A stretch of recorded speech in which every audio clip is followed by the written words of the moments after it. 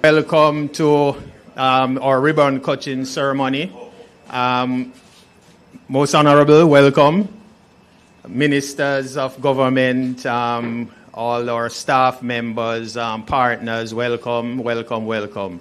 So without any further ado, we're going to just jump into the ceremony. I'm going to ask our chairman, Mr. Robert Levy, to bring some welcome and prayers. Thanks. And then right after, President Levy will come up.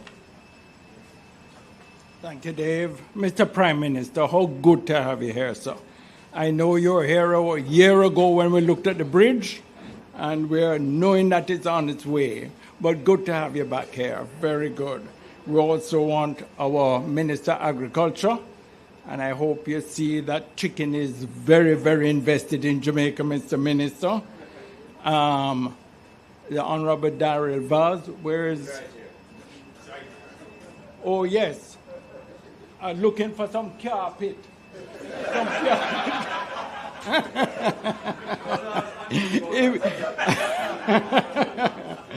If he was half as expressive as his wife, it would be amazing. But please tell her that we saw the carpet, Mr. The Honorable Auburn Hill, we are greeting you, sir, and he's definitely been a part of Jamaica Brothers through the years. We welcome you, Auburn. He's a friend.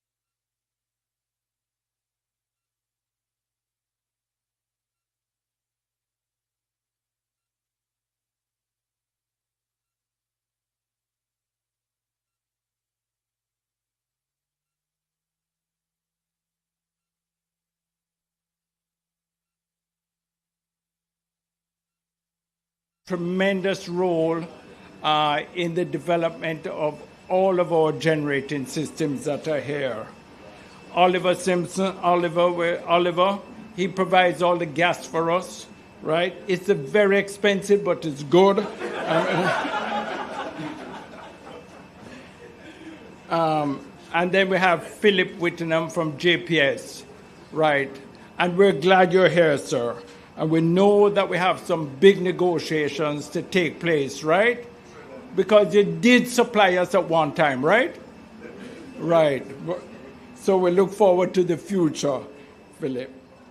And we just really know that today is a very special day because it has been a long time since we've been planning this. And we just really want to ask the Lord to have his guidance and wisdom as we see this investment in the chicken industry go forward. And we want to thank everyone for coming for this occasion. Let's just bow our heads and ask the Lord to give us wisdom and guidance. Lord, we thank you because you have guided us on this investment. May it be a benefit to not only Jamaica Brothers, but it may be a benefit throughout the whole country as it adds to the whole processing and supplying of the poultry industry in Jamaica. We thank you for showing us your favor and that it's working and running and it will be a benefit for all of us. Thank you for this morning. I say that it may go well. In Jesus' precious name, amen.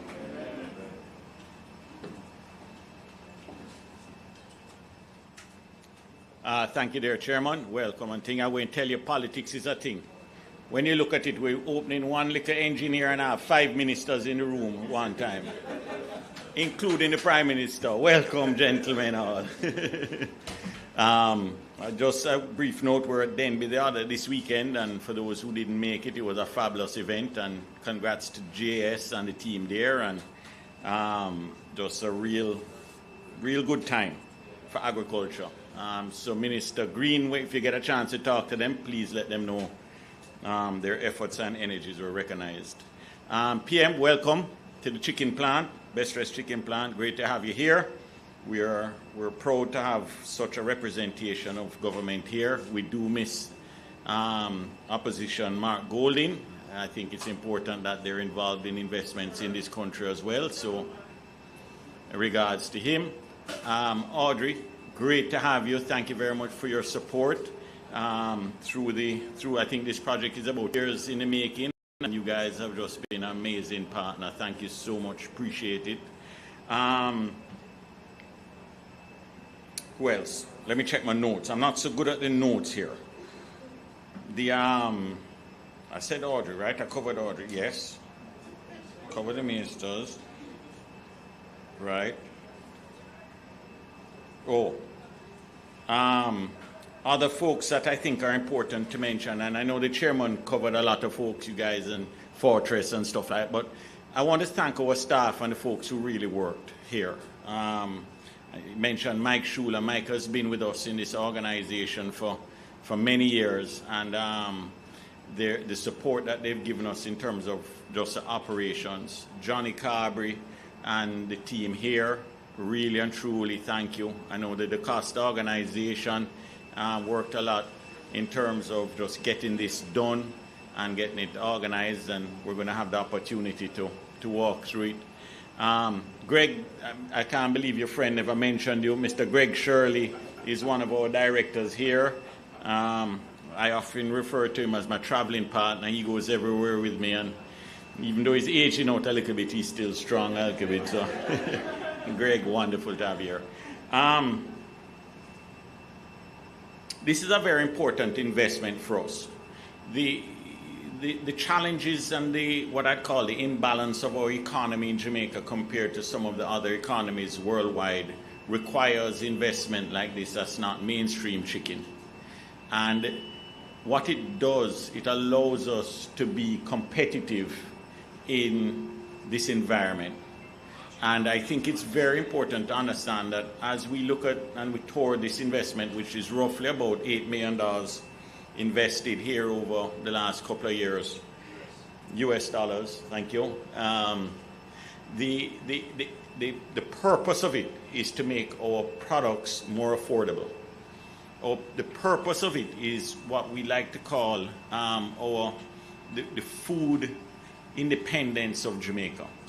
And in this world, we need to recognize how important that has become. If we cast our minds back to COVID, Jamaica is an island of takers. We import our raw materials, we import our energy, we pretty much import everything we need to sustain life. So anything we can do to increase the independence of our food is top priority nationally. And that's how we view this investment. I think it's really important to also understand that the efficiencies of it are far-reaching. Yes, it produces energy or electricity, but it's a cogen facility. So the chicken plant uses a lot of steam. That steam is collected from the exhaust heat of the engine.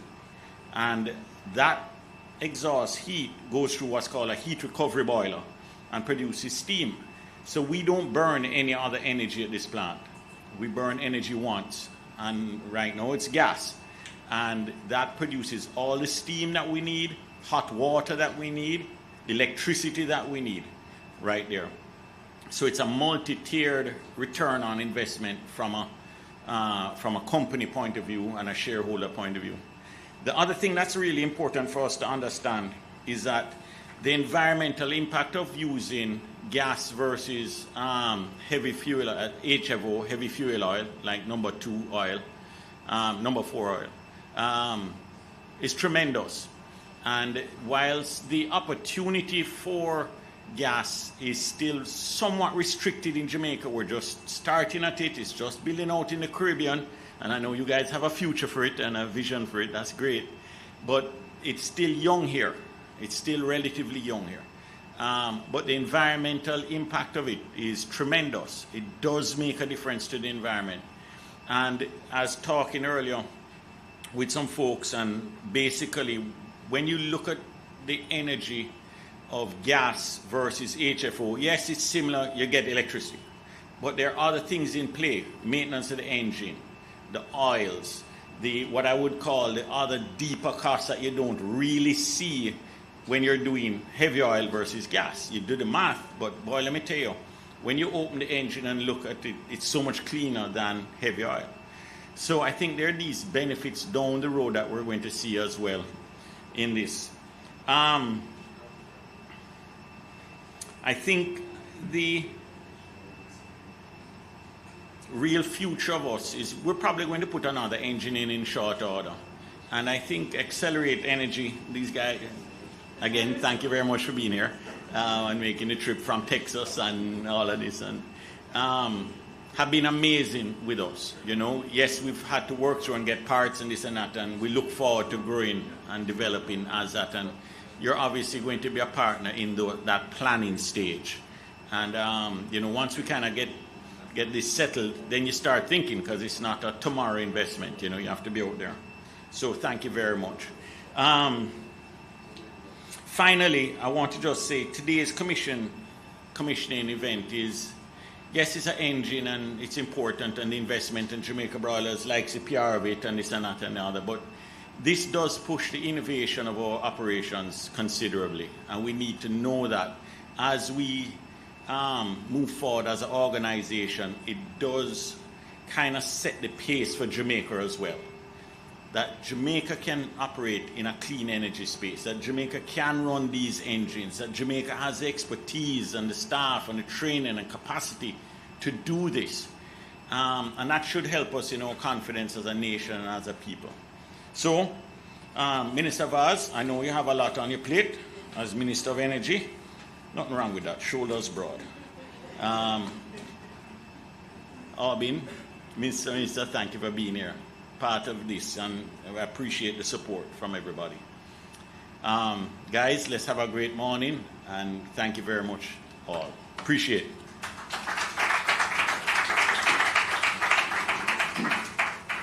Thank you, President Levy. Well said, and just want to also put a plug in for resilience, right? That having our own power at the plant here is part of the hurricane resilience, right? When Jamaica's grid is down, the plant is running, and chicken is a staple on the Jamaican diet, and we want to make sure the best dressed chicken is always available. All right, so the other thing I just want to, I know he has acknowledged a couple of our partners, but I just wanted to also let people know. So it's a Hyundai engine, right? So I know the representatives of Hyundai are not here, but you know, they played a tremendous role in the journey in supplying the engine to us. And I should say that this journey started in 2018. With the planning, and then COVID came and everything got parked. And subsequent to that, we brought the project back on stream because we were always off grid with our cogen, but to replace the older engines we had. And the project from we signed the dotted lines took us somewhere in the region of about 15 months a year or two for the engine to be ready to ship, and then about 3 months because of post-COVID, a lot of logistics issues. The engine took 3 months to get here, right? And then it took us nearly 8 months to 9 months to get it to this point today. So I really want to big up some of the other players, you know, Emmerich Solutions, SMA, all of these guys are the welders and putting the parts together for us. Mike, Mr. Levy spoke about Mike, and Mike is the one who brought Hyundai to us. So Mike, again, appreciate it. Accelerate, as Mr. Levy spoke of, as JPS did help us through the period where we were back on the grid. But we do buy power from JPS everywhere else, right, at our other facilities. So we want to thank JPS as well. So that said, I just want to turn over to Audrey. You are up next to bat. So welcome. And you know, Scotia, as was said, is one of our key financing partners for this project. Thank you. Good morning. Let me recognize Dr. the Honorable Andrew Holness, our Prime Minister, Ministers of Government, the Chairman of the Jamaica Broilers Group, the Honorable Robert Levy, the CEO, ever hardworking CEO and Group President, Mr. Christopher Levy, members of the public, members of staff of Jamaica Broilers Group. Ladies and gentlemen, good morning again. Let me just start off by saying it's such a pleasure to be here representing Scotia Group. I want to congratulate the leadership and the staff of Jamaica Broilers Group for the work that they've been doing and the foresight and vision for commissioning this LNG-powered cogeneration plant. I think it's fair to say that the Jamaica Broilers Group holds the distinction of being one of the largest agri-processing businesses in Jamaica and, of course, most long-standing. And the group has played a pivotal role, as the CEO mentioned, in providing food security for our country and making sure that Jamaicans have access to high-quality protein at an affordable price. And that's not easy to achieve. Beyond this critical role of food security, I also want to congratulate the Jamaica Broilers Group for the community work and community development work that they've been doing, particularly with your training program of subsistence for success with your local farmers, and of course, Chairman, as we mentioned, the work that you've been doing with Fun in the Sun, which is a calendar event for the communities. I also want to share the CEO's perspective that being in the agri-processing business requires resilience. It requires innovation, it requires strategic partnership, it requires adaptability to environmental conditions and to macroeconomic shifts and changes. And the Jamaica Broilers Group has always been on the forefront of modernizing farming practices. The company has implemented climate-smart agricultural practices to counter droughts, hurricanes, and shifting weather patterns due to climate change. And today is a great example of how climate is changing. It is pretty hot outside. When I came, I thought it was going to be outside. I'm like, if I had known, I would have just worn a shirt. Thank you all for creating this tent. I appreciate it a lot, and I'm sure everyone else does too. But Jamaica Broilers, we are pleased that you have been our long-standing key client. We continue to support you. We feel very honored to be able to support you with the resources that were needed to grow and excel and thrive in your business. And this plant is a representation of the partnership. This is an important move for you. It will help you to not only lower energy costs, as was mentioned by the CEO, but it will impact the operational efficiency of the plant, which is of paramount importance because the stability, and I think it was the MC who mentioned, when there are hurricanes or disruptions, the plant will run, business will go on, and that is critical. And it's critical as it feeds into the pricing as well. So with this new plant, the company will be using cleaner, more sustainable energy source, which offers a wide range of environmental, social, and economic benefits that makes it an important strategic choice. Clean energy drives innovation and modernization in manufacturing. It encourages the use of advanced technologies, and it creates a more resilient supply chain for end users. And that is essential for long-term growth. It is always good to see businesses strategically plan for investments. That is not only a business imperative, as the CEO said, it is a national imperative. When businesses grow and thrive, so does communities and so does the nation. But as a banker, I have to say it is even more impressive when bankers and businesses can come together to create powerful synergies for growth. So in closing, let me just congratulate Jamaica Broilers Group for commissioning of this LNG plant in your 67th year. Some major milestone. You know, we have seen Fortune 500 companies come and go in that time period. I want to congratulate you for your vision, for your insights and dedication to excellence, but more importantly, for your demonstration of confidence and faith in doing business in Jamaica. So thank you so much. Scotia Group and Scotia Bank is proud to be your financial partner. Best wishes to you all.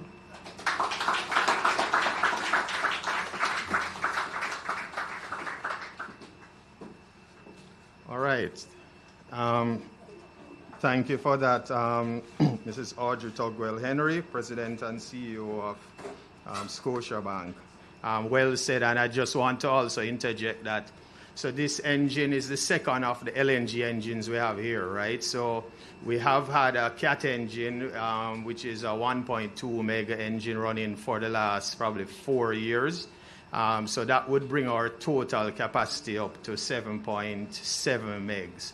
And I believe outside of the public service, JPS and Jamalco, we may be the single largest LNG installation in Jamaica. All right, so moving on, want to just introduce our next speaker, the Honorable Darrell Vaz, Minister of Science, Energy, Telecommunications and Transport. The new cogeneration plant directly supports Jamaica's national energy policy, from fuel diversification to energy efficiency, and would not be possible without an enabling policy and environment.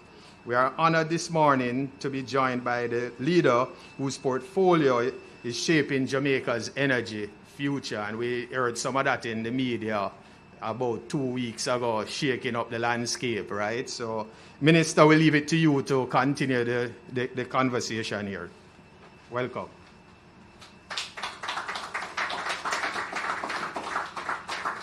Thank you very much. Good morning, ladies and gentlemen, Honorable Prime Minister, colleague ministers, colleague Member of Parliament, Jamaica Broilers family and the partners. It is indeed a very good morning for me. And the truth of the matter is that with so many ministers here and the Prime Minister, if it wasn't because of close personal relationships with the Levies and Jamaica Broilers, I would have told them that they have enough ministers to take them through the event.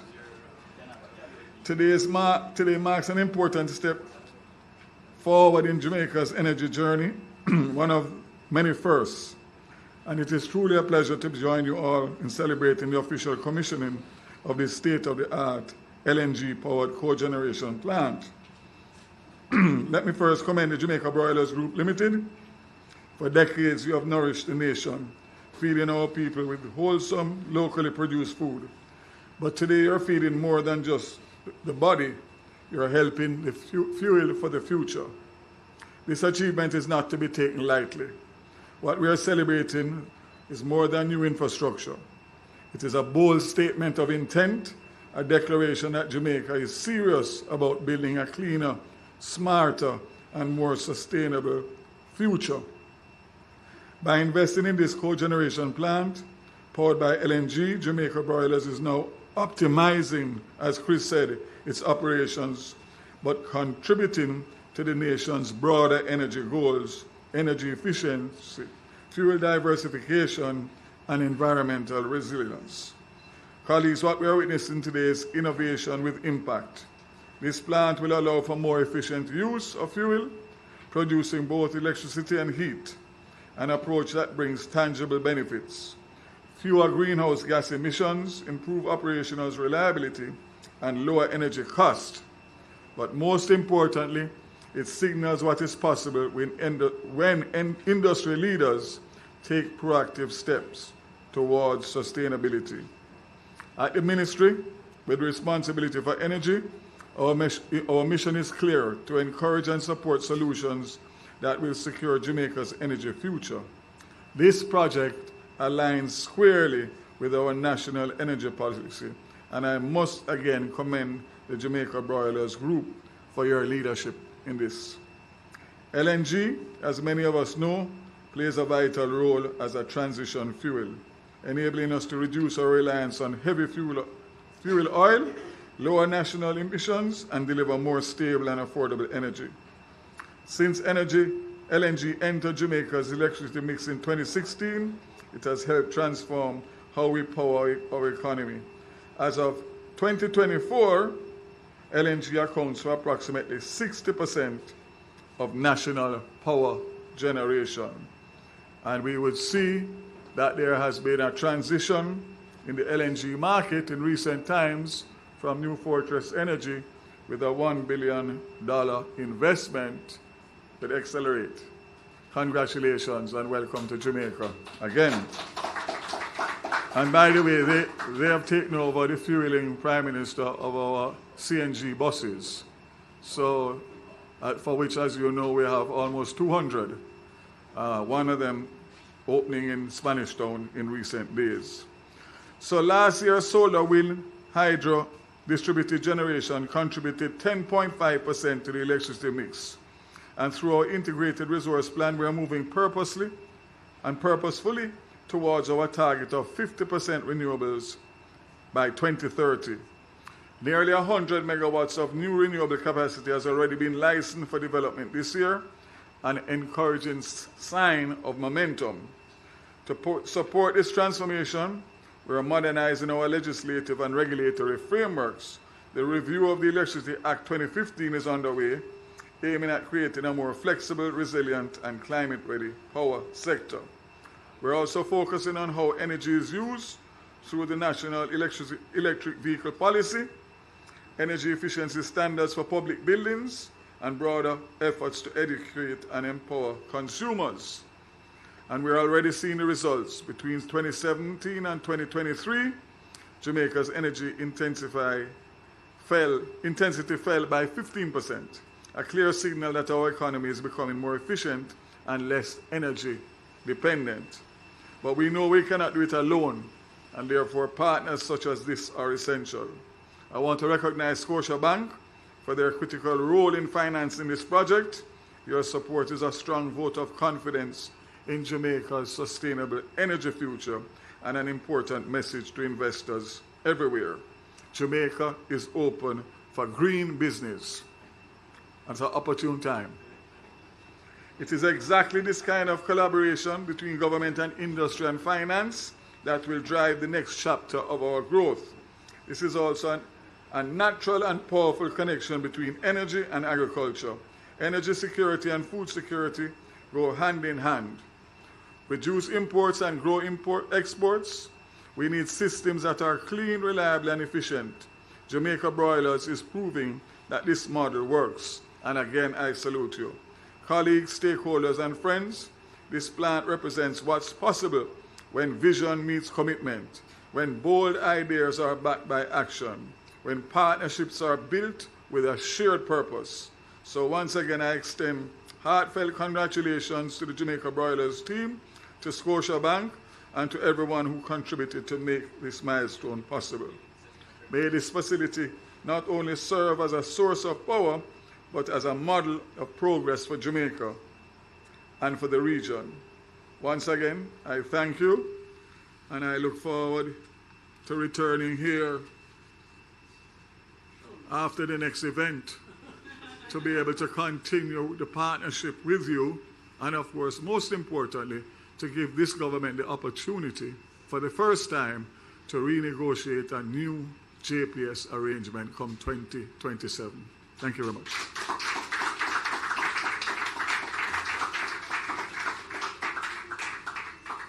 Thank you, Minister Vaz. Well said. And, Jamaica Broilers, through Best Dressed Chicken here, we have each year we pump millions of dollars into capital expenditure. I'm talking US dollars, right?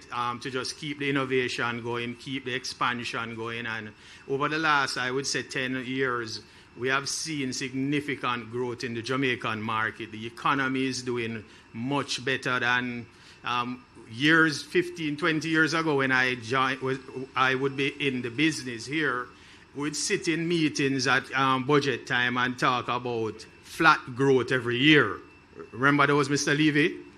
right? So now we have gotten double-digit growth, high single digits. The economy in general is just much better, and we really appreciate that. And export is a big anchor for us now, and we have seen exports growing double digits over the years, and that is also propelling us into a new sphere. I just want to also mention JPS and Tanya, right? I know we talked about some of the credits before, but Tanya, we really appreciate the support you have given us. When we were down and back on the grid, Tanya would call us, or not Tanya, JPS would schedule outages, right? And we have to get on the phone and call Tanya and say, Tanya, we can't manage that, right? And let me tell you, Tanya pulled out all the stops. So Tanya, we really appreciate the work you have done for us, right? So a lot of those projects or fixes that they had planned, they kicked them down the road. And then when we got this engine running, we called Tanya and said, anytime you're ready, just pull your trigger. So thanks again, Tanya. So we're moving on to my minister, right? So yesterday I called the Minister Green and I said, Minister, I can't have you come here and not say a few words. Minister Green has been very supportive of the agriculture, but poultry in general. And I know it's the second time around, Minister, but we really appreciate the role you play in just encouraging the industry. And I think the poultry industry has seen the most significant investments in agriculture in the last 2-3 years, Minister.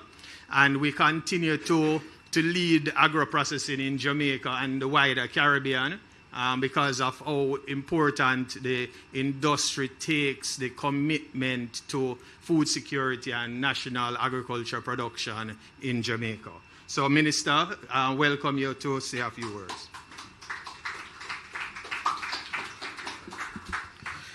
Dr. the Most Honorable Andrew Holness, our Prime Minister of Jamaica, Ministers Vaz and Hill, of course, my State Minister, Minister Whittle, our hard-working Member of Parliament, Warmington, Honorable Robert Levy, Chairman of the Jamaica Broilers Group, and Mr. Christopher Levy, Group President and CEO, members of the board and company executives, of course, Mrs. Audrey Tugwell, President and CEO of the Scotia Group, other partners, members of staff, members of the media, ladies and gentlemen. Good morning, everybody. Thank God we are inside. Today we are gathered at the heart of one of Jamaica's most influential agricultural hubs, the best dressed chicken plant here in Spring Village, for a moment that blends together two of the most important ingredients for national development: agricultural production and energy innovation. What we're commissioning today, this LNG-powered cogeneration plant, is a new chapter in the Jamaica Broilers' success story and a bold statement about where Jamaica agriculture is heading, and more importantly, how we plan to get there. Across the Ministry of Agriculture, Fisheries and Mining, we have been ushering in what we call a new era of agriculture, a shift that is focused on growth and transformation, on moving beyond survival and tradition into resilience, profitability, and sustainability.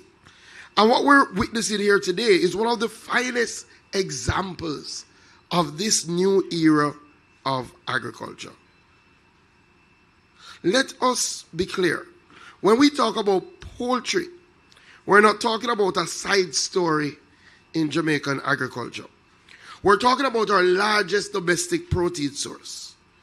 We're talking about a sector that contributes significantly to rural employment, foreign exchange savings, and national food security.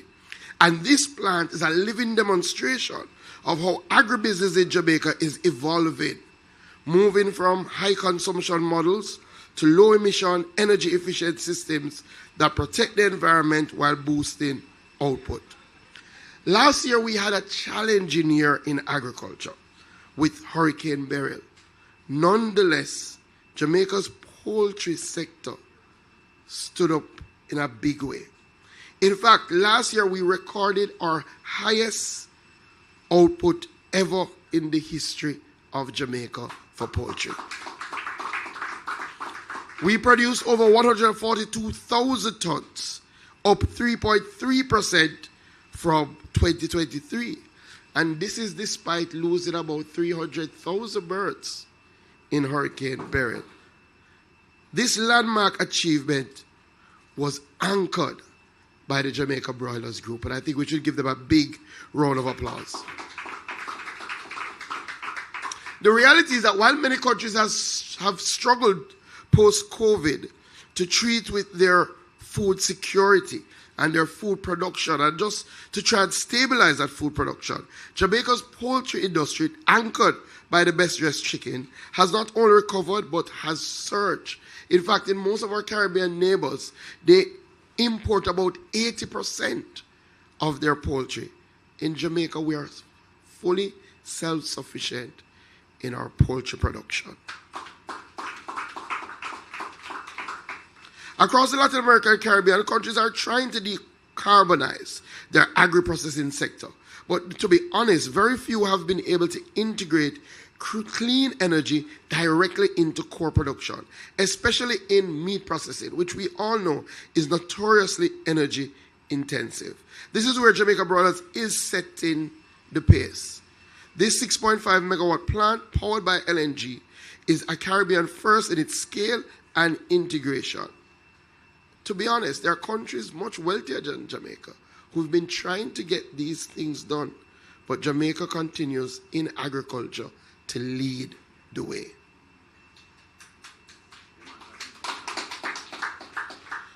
The work at Best Dressed seamlessly aligns with what we are doing at the ministry. Clearly, we're expanding our irrigation networks. We're introducing renewable energy in all of those irrigation networks. We're bringing in mechanization to our small farmers, but agriculture to grow, it needs private sector-led investment. So this bold strategic investment, backed by the Scotia Group, into a cleaner, smarter model of food production is to be commended. So when Jamaica Broilers invests like this, the reality it is felt all over Jamaica, because the network of contract farmers in rural Jamaica that depend on the Jamaica Broilers structure is tremendous. So I want to close by commending the Jamaica Broilers Group. You have proven that profitability and patriotism can go hand in hand. And that is why I believe that the Jamaica Broilers Group will remain one of the cornerstone partners in our drive to make agriculture the beating heart of this economy.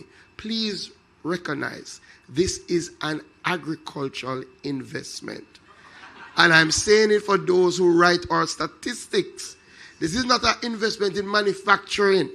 This is an investment in agriculture.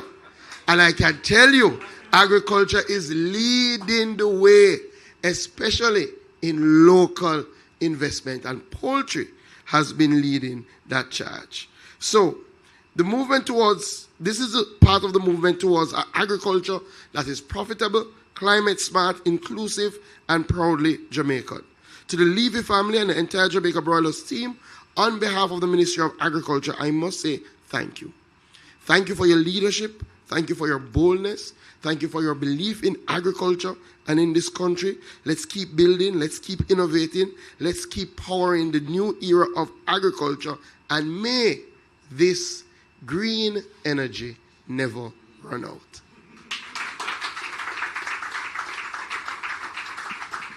There's a lot of green talk this morning.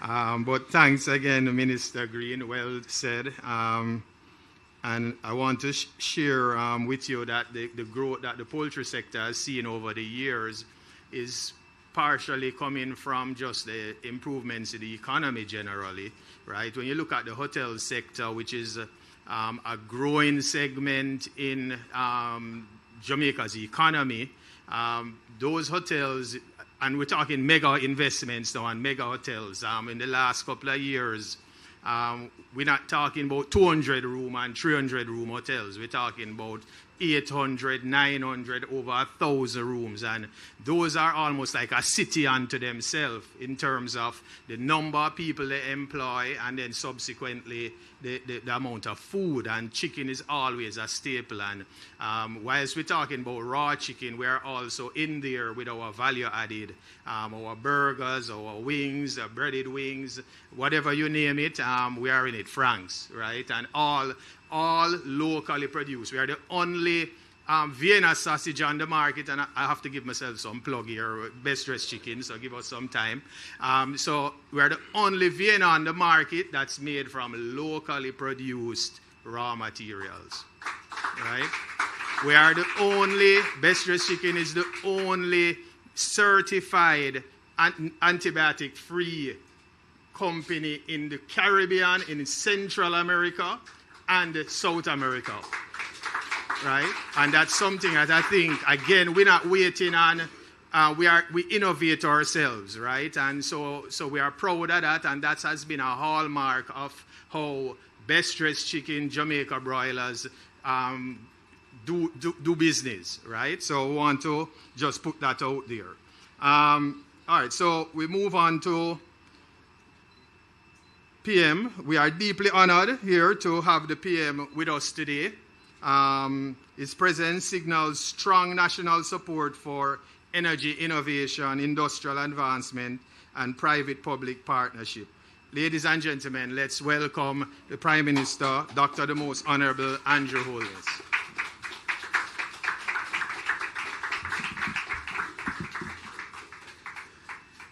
Thank you very much, Dave. Cabinet is now convened.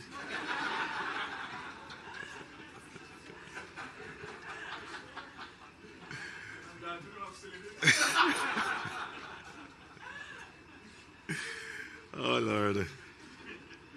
You know, we have to laugh at ourselves sometimes. You know, I do quite a bit of ceremonies. In a week, sometimes 5 or 6, till I've been accused of all I'm doing is cutting it. Because I cut so many ribbons. Is there a ribbon today? There'll be a ribbon today. So I'll be cutting a ribbon today. And it is a puzzle to many. And so how is it that we're doing so many things now? And it seems all orchestrated that we're doing all these things right now when everybody is expecting a certain event. So it feels, you know, all timed. Well, let me just be very clear that I am certain that the Best Dressed Chicken Jamaica Broilers Group had no clue as to what time this may have been.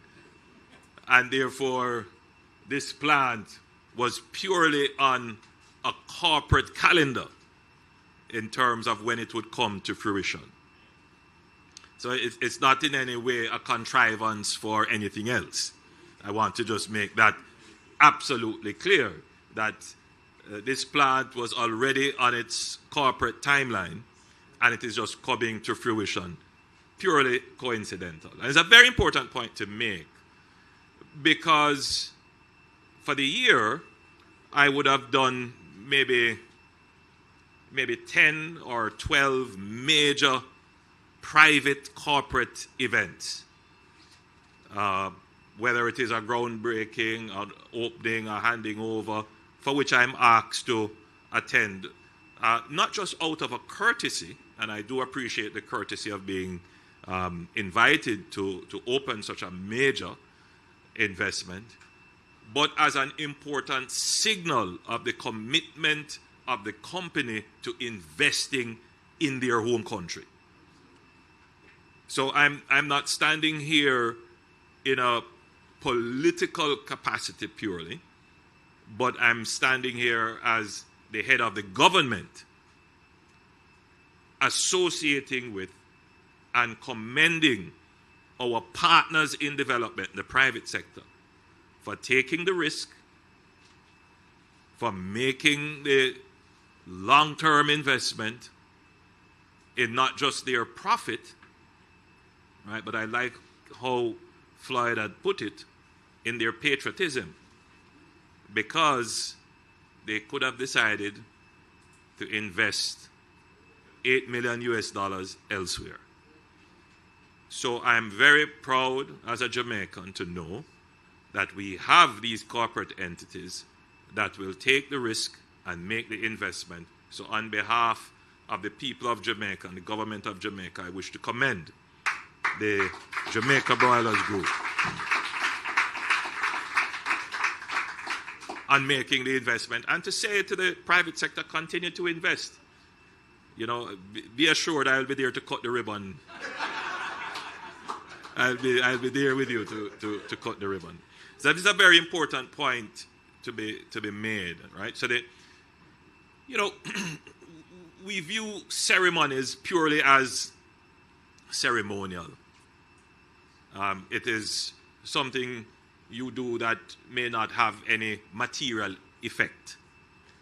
But that is not the case.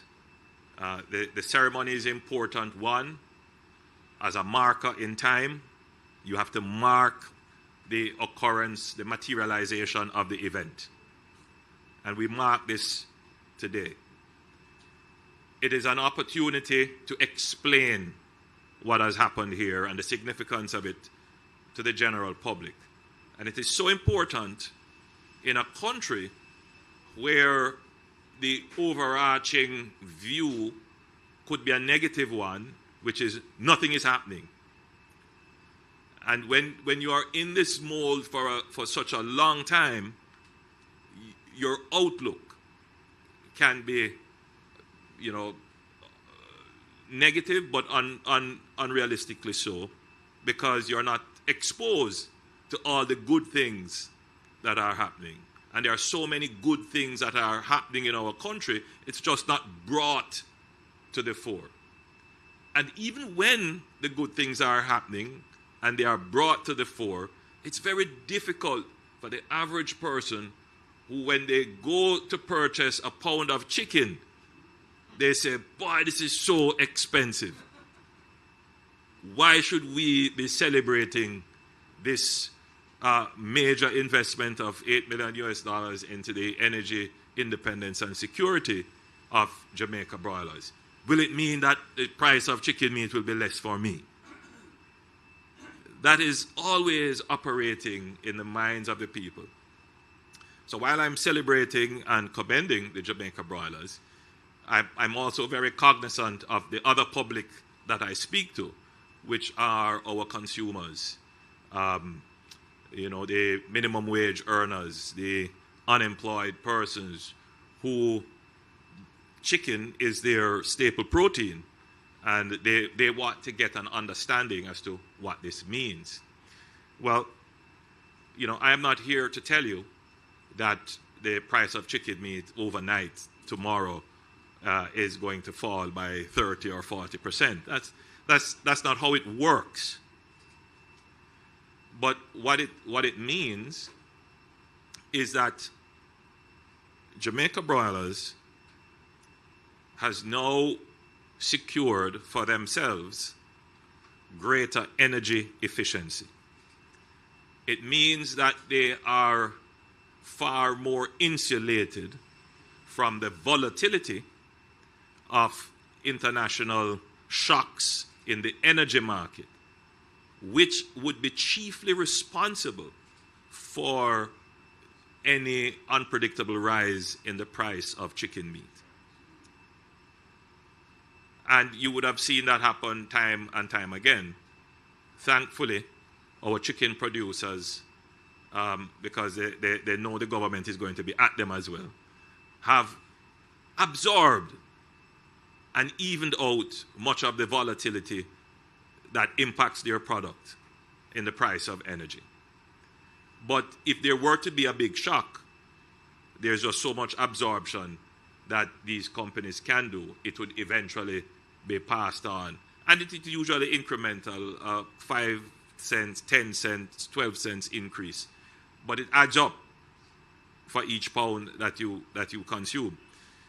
So what the company is doing is trying to insulate itself from the shocks of the global energy market, in particular in the kinds of fuel that is used. So transitioning to an LNG-based fuel does take them out of the volatility of other more volatile fossil-based fuels like the heavy fuel oils that you mentioned earlier. So it gives a kind of stability to their energy profile. The second thing it does, it's add greater efficiency to their production. The means of converting LNG into energy is far more efficient than the conversion of heavy fuel oils. And that was, Chris had explained that. So this is a far more efficient process of getting energy, which means that the company saves quite a bit if relative to what they would pay JPS or what their original costs would be using heavy fuel oils. It also gives them the opportunity to use the same energy to generate electricity and to generate steam. So now they are even doubly more efficient because they do use quite a bit of steam in their production process. All of that, therefore, means that the energy element in their overall cost profile is far more stable. And it would therefore mean that the price of chicken meat that they could offer you and the absorption of shocks is now greater. So what it means is not that the price is going to immediately fall, but it means that the price is likely to remain more stable for a longer period of time. And so that is a massive investment and a significant improvement for their customers, the people who have to purchase chicken meat as your staple protein. So it is indeed something to celebrate and to mark. And let me say that the Jamaica Broilers is not the only company that is seeking to have energy security and energy independence. We are seeing that right across the manufacturing and agricultural sector. Most companies are seeking to either integrate some form of renewables in their operations or are building their own plants. All right? Simply as an attempt to reduce their costs, increase their resilience, and improve their efficiency. Now, for this to happen, it is not only a function of the corporate entity looking at its own cash flow and say, let me do this. Oftentimes, these companies are not able to do it wholly and solely out of their cash flow. They need significant credit, and therefore the banks and our financial system have to come on board. And therefore, I'm very happy to see that Scotia is a partner in all of this, and that is where we need our banks to be. For too long, we have developed an economy where banks only feel comfortable with lending for cars and these kinds of things. What we want to see happen is that our banks are taking more risks and supporting the productive sector of the economy.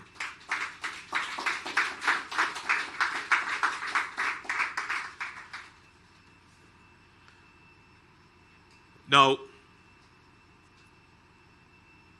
we have, as a government, taken on what was formerly considered some of Jamaica's most intractable problems. Problems that the generation that was born in the last 30 years, that is what they would have come to know Jamaica as. And we have decided as a government that we will take on these intractable problems. So the generation of, between 18 and 30, they understand Jamaica in a particular way. They can't compare Jamaica to anything else. They weren't born then. But the generation of, maybe 45 to 18, they would understand a little bit more about how Jamaica has transitioned. So if you were to say, how would you define Jamaica 15 years ago,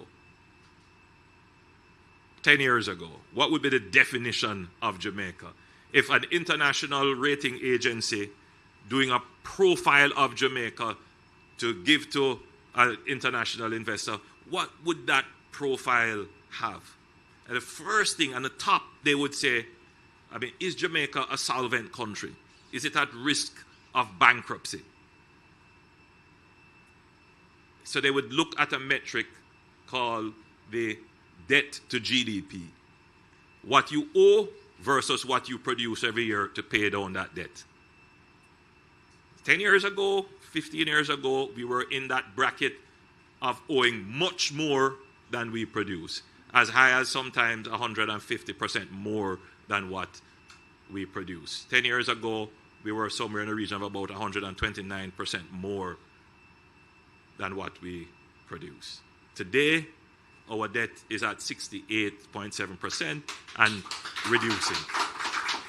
So when you compare, Jamaica 10 years ago to Jamaica now, totally different Jamaica.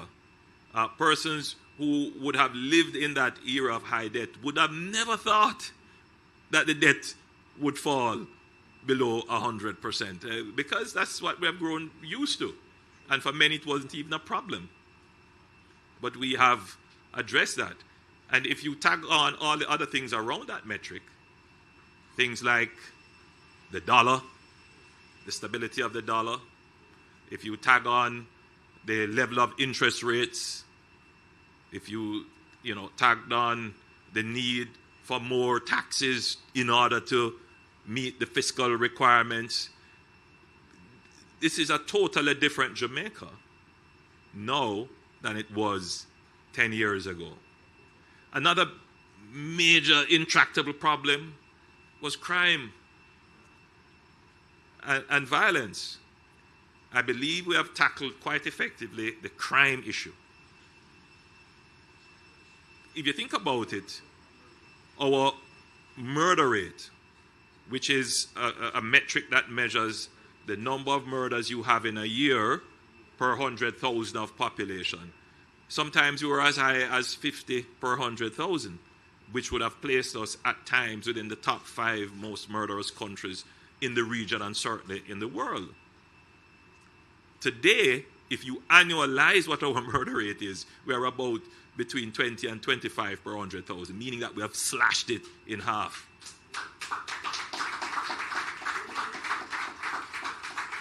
There is still a violence problem, no doubt, but that's a more socially nuanced problem, which takes a different set of tools to address, which we have been working on those tools, and we will come to fruition with those very soon. And we will make Jamaica a more loving, caring, calmer, respectful country. We need to get back to the view where when people came to Jamaica, they said, Jamaica, Irie, man. Jamaica, no problem, man. Instead of the kind of aggression that we're seeing in just general social transactions. And we're going to work on that and ensure that that intractable problem is addressed. But another intractable problem that has plagued us for decades, it is the high energy cost. And, everybody complains. I see my friends here from JPS. I do see some JPS people here. and I'm happy to see JPS here at a plant that is going to reduce the cost of energy. Let me not go any further than that. But, you know, every Jamaican is very much concerned about the cost of energy. And they look at other countries and they say, you know, why is it that our energy cost is just so high? And we have done all kinds of things. We have changed the regulatory environment. We have changed, you know, we, as a country, one of the things that we can be proud of across political administrations is that we developed in 2009 an energy plan under the Bruce Golding administration, which called for the introduction of LNG that was carried through under the Portia Simpson administration and carried through under us. So the energy transition is fairly stable in terms of politics. And we managed to have that transition, as Minister Vaz pointed out, 60% of our energy is now generated through LNG. So we have done some transformations in the energy space, but it has not resulted in a reduction and stabilization of energy costs. Energy costs continue to be far too high, not just for consumers, but also for businesses, which ultimately means a higher cost of living for consumers. So the government has to take on this problem and bring the cost of energy down. It's a multifaceted approach to bring the cost of energy down. Minister Vaz told you of one of the important initiatives that we will undertake, which is to renegotiate the license. I don't want to go into it too much. We have good faith negotiations. So the truth is, however, that the structure of the license has to be renegotiated for greater efficiency, but also for greater accountability. So that is underway already, and the country can be assured that in the same way we have tackled the big problems, debt, fiscal management, crime, we're going to tackle and bring down the cost of energy to households and firms.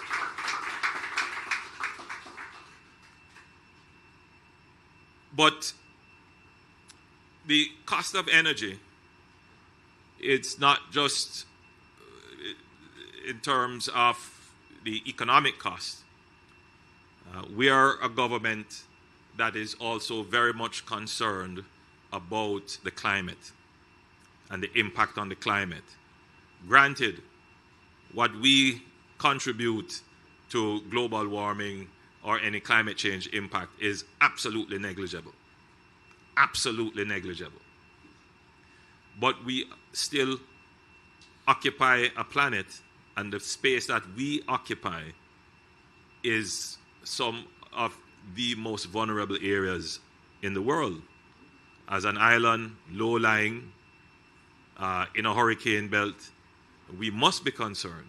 So if we're going to raise our voices globally about climate change, then we can't at the same time be irresponsible in how we conduct our own energy consumption. And so it's important for us to integrate within our energy provision and our energy mix more climate-friendly fuels.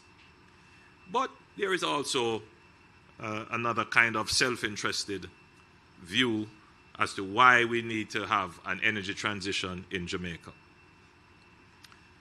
Now, our energy policy calls for a certain level of energy security, which really speaks to our ability to ensure that we have a consistent supply of energy and fuel coming into Jamaica. So we welcome Accelerate, who has taken over and doing a fairly good job. We hope that you will continue your expansion here. You have a regasification plant just offshore here, and you continue to expand your supply within the country, and we welcome that. That gives us the security because consider it this way.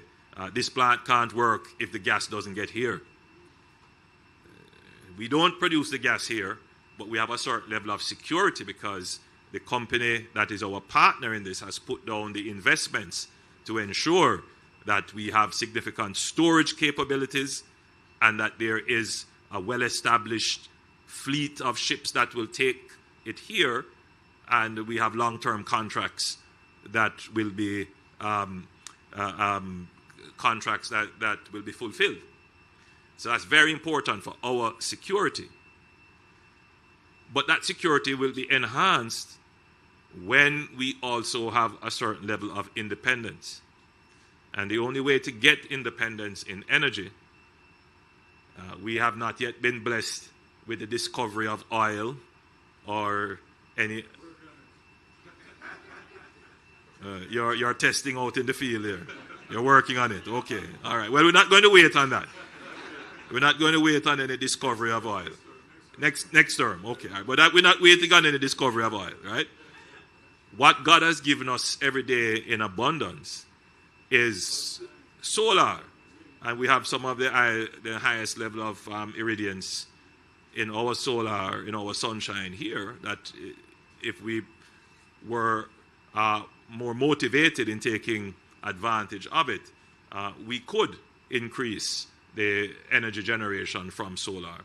But there are other options too that we must explore in the energy mix, including hydro, pumped hydro storage, including, people don't readily grab onto this one, but nuclear, small modular nuclear.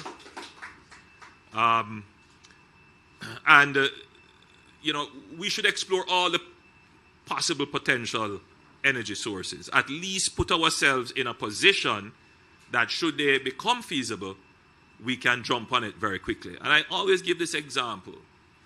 It took us almost 9 years to plan and transition from heavy fuel oils into having a secure supply chain of LNG. Small modular nuclear plants are now being considered by firms. I'm seeing Google and Microsoft and other companies seeking to invest in these things and building them out to supply their data processing needs. And they are using as much electricity as the entire country of Jamaica. So they have to find solutions that work for them. It would only mean that in the next decade or so, these technologies could fall within the range of manageability for Jamaica. But that would only happen not just by the technology maturing, but by Jamaica building out the human resources and legislative environment to be able to take advantage of that. So whilst we won't be able to develop the technology, we can certainly have the people there who would be able to manage the technology. And so we have to be thinking ahead. And so that's what we are trying to do, where we have signed MOUs with Canada, and we're looking at signing with other countries who have nuclear capabilities to help us to develop the manpower and the understanding of the science here, so that should that technology becomes something that we could use, we are in a position to use it. But we want to be energy independent as a small island. So we must develop our solar capabilities, we must develop our hydro, and we should also not give up on wind. We should try to develop our wind capabilities as well, and we should invest in pumped solar hydro as well. So all of those things are being done. So the country can rest assured that your government is not just looking at what is in front of us, but we have a periscope that looks all the way out to the horizon to see what the future could bring, and we prepare to meet that future. That is how this government has operated, and that is why we have been able to take on these large, intractable problems and make real impacts on changes in your lives.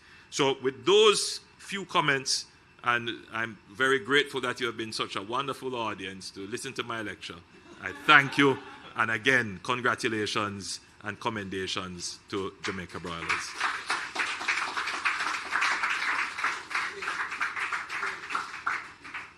Sorry.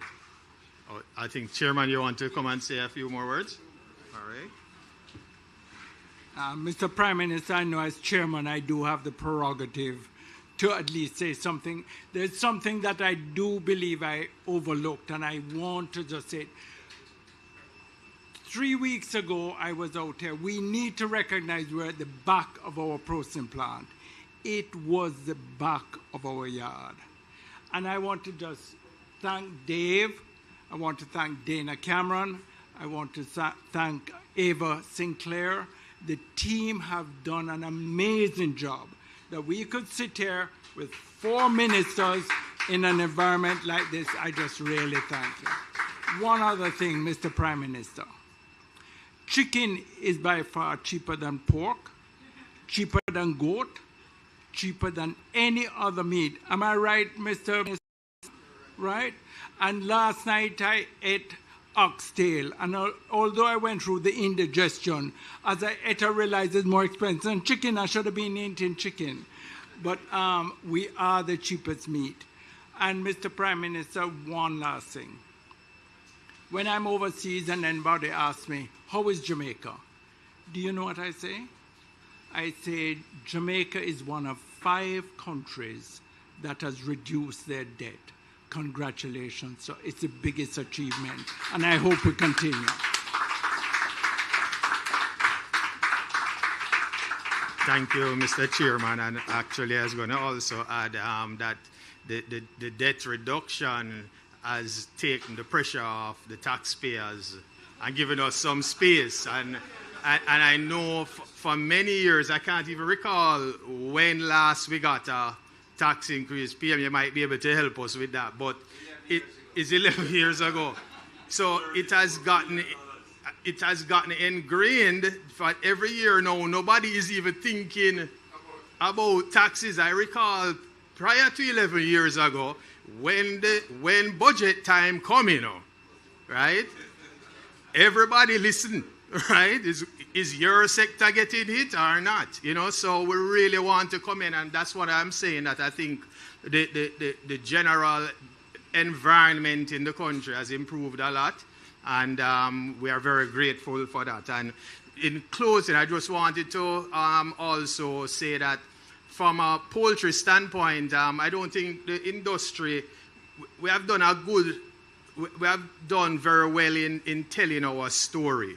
We live it, we breathe it every day, and we think everybody out there understands all the mechanics that goes into getting that chicken on the table. And I will say that, we are trying through the Caribbean Poultry Association to more channel, get out there what the impact of the industry has been to the Jamaican economy in particular here. And, every year when we talk about what Jamaica Broilers does in terms of investments each year, but every year as our production increases, we require more housing capacity and that's farmers. That's nothing to do with Jamaica Broilers, right?